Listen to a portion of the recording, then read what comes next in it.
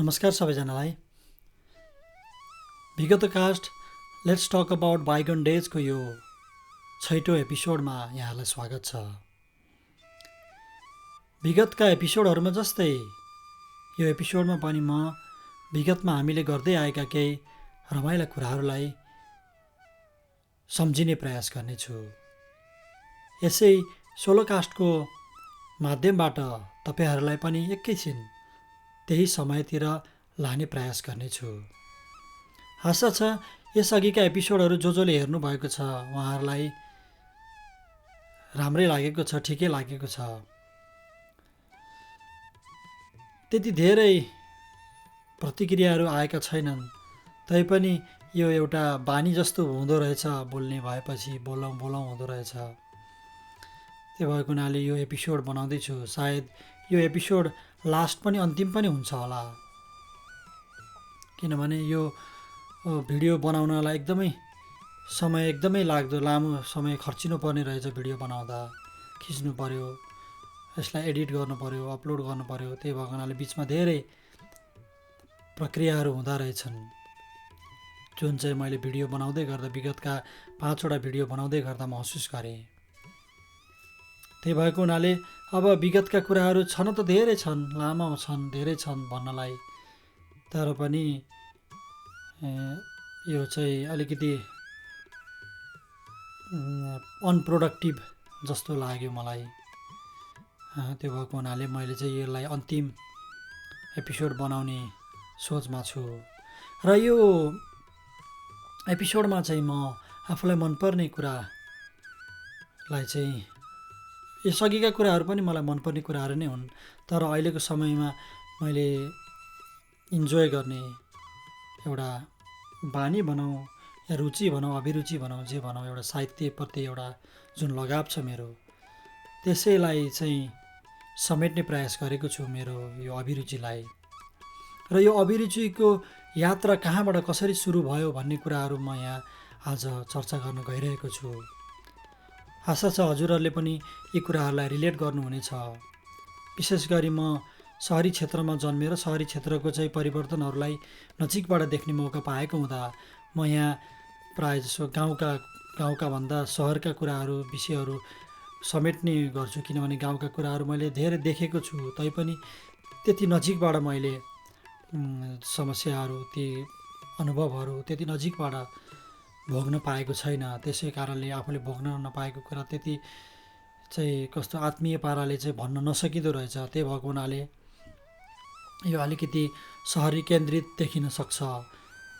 त्यसको लागि मैले चाहिँ अब आफूलाई थाहा नभएका कुराहरू भन्दाखेरि गल्ती त्रुटि हुन सक्छन्। त्यही भएको हुनाले म त्यतातिर गइरहेको छैन।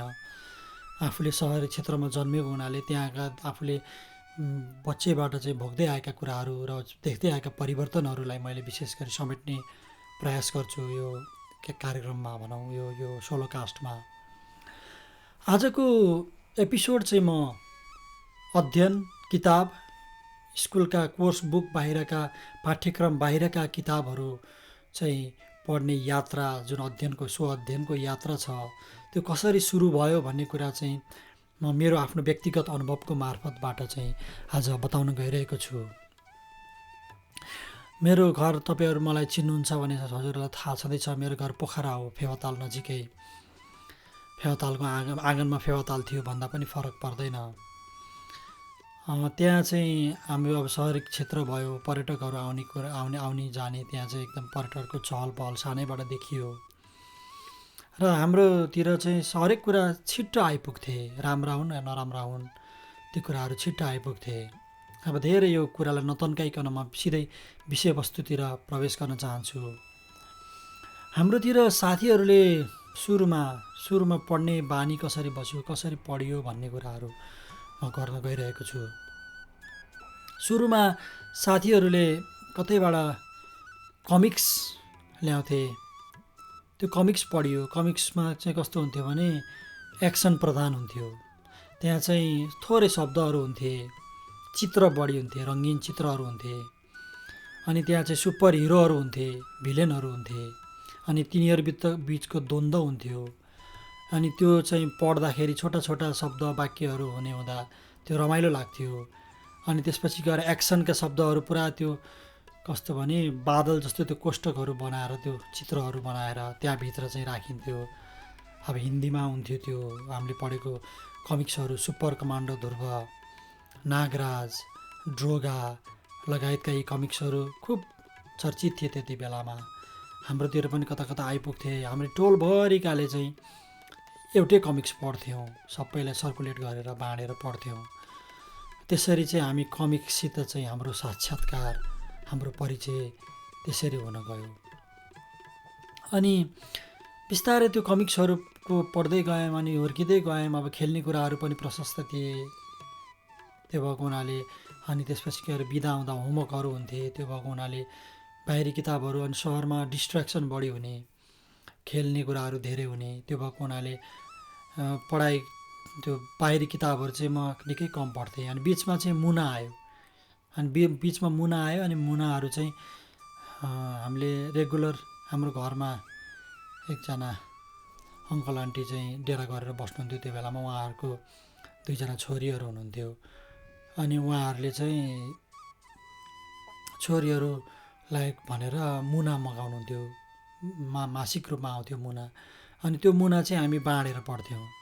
अनि पढ्दाखेरि त्यहाँ कविता हुन्थे, कथा हुन्थे, निबन्धहरू पनि हुन्थे। त्यो भएको हुनाले बिस्तारै त्यहाँ चाहिँ के कथाहरू पढ्दै जाँदाखेरि कथाप्रति अभिरुचि बढ्दै गयो। अनि त्यो पढ्न एकदमै मन पर्न थाल्यो। अनि त्यसपछि गएर मुना पढ्ने एउटा आदत जस्तो बन्यो। अनि त्यसबाट धेरै कुरा सिकियो पनि। अनि पोस्ट कार्ड लेख्ने चलन थियो, पोस्ट कार्डबाट पनि लेख्ने चलनहरू आयो।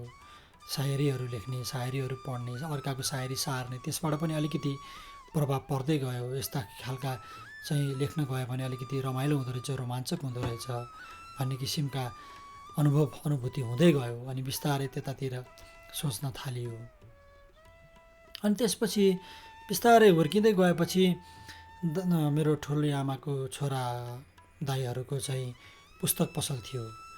अनि त्यो पुस्तक पसलमा चाहिँ सत्य कथा, तथ्य कथा, यौन कथाहरू आउँथे।